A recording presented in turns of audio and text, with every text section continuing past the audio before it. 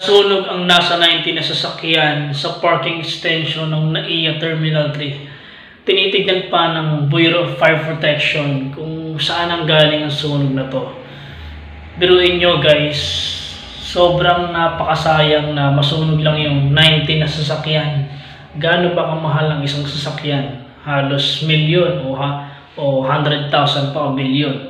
Tapos masusunog lang ng ganun. Biruin nyo guys, 19 peraso na sasakyan ang nasunog sa NAIA Terminal 3. 'Di ba? Alam naman natin guys kung gaano kainit ang panahon ngayon, 'di ba? Alam natin 'yan dahil unang-una pinagbabawal yung pag-charge ng walang paputol-putol o hindi binubunot sa saksakan, 'di ba?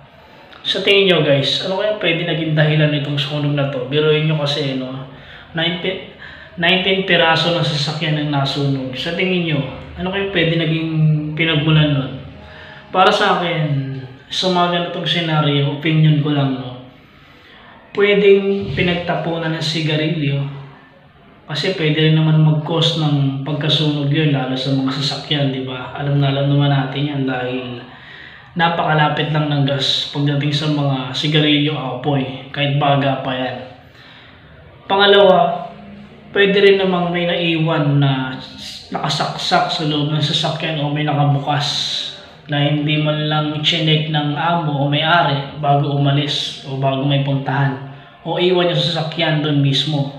Pwede rin naman yun ang maging sanhi ng pagkasunog, di ba? Kawawa naman yung ibang sasakyan na nadamay lang na pagbalik ng may-ari sa sasakyan niya wala na, nasusunog na. No? Kakapasok na ng balita na to, napanood ko, grabe, nagulat ako. Sobrang napakasayang, bilhin nyo, 19 peraso. Halos yung iba nga dyan, nagkakandako ba magtrabaho, magkaroon lang ng sariling sasakyan, di ba? Para sa mga taong may negosyo o kailangan ng sasakyan dahil napakalayo ng trabaho nila. Di ba? Tapos, pagbalik mo, yung sasakyan mo, nasusunog na. Sa mga ganitong cause, pwede rin namang obligahin to ng NAIA. Sagutin nila lahat ng pananagutan dito, pero sa bagay kasi pwede rin may pananagutan ng NAIA kasi mismong doon ang nangyari, di ba? Pwede rin doon may pananagutan talaga. Kahit bali-baliktarin mo man ang mundo, may pananagutan pa rin ng NAIA Terminal 3. So, mismong presidente o may-ari nito, di ba? So, yun, no? Sana walang nadamay o namatay sa sunog na yun. Sana lang walang madamay kasi kawawa talaga. Yung tipong pagbalik mo, wala na yung sasakyan mo, nasusunog na, tapos babalitaan mo pa, wala na yung may-ari o may namatay din. Parang nakaka-doble yung sakit nun, di ba? Sana naman walang nasakpan sa nangyaring sunog kaninang alauna ng hapon, di ba? So yun, ugaliin nating tanggalin lahat ng saksakan bago umalis o may pupuntahan tayong isang lugar o may lakad tayo. Palatiniin natin na laging ganun kasi alam naman natin ang summer is hindi nawawala ang sunog, di ba? Hindi pong may nilakad ka lang o nagbakasyon ka lang, tapos pagbalik mo yung bahay mo, yung sasakyan mo wala na, di ba? Para sa isang may-ari ng sasakyan, sobrang sakit noon kasi kung tayo nga mawalan tayo ng mahal sa buhay, sobrang sakit eh. Yun pa kayang it's sports car mo o kaya matagal mong pinag-ipunan at pinangarap na magkaroon ng ganong kalaking sasakyan o magkaroon ng ganong sasakyan, kahit sabihin natin second hand lang, eh malaking bagay na rin yun at may pagmamalaki natin yun, di ba?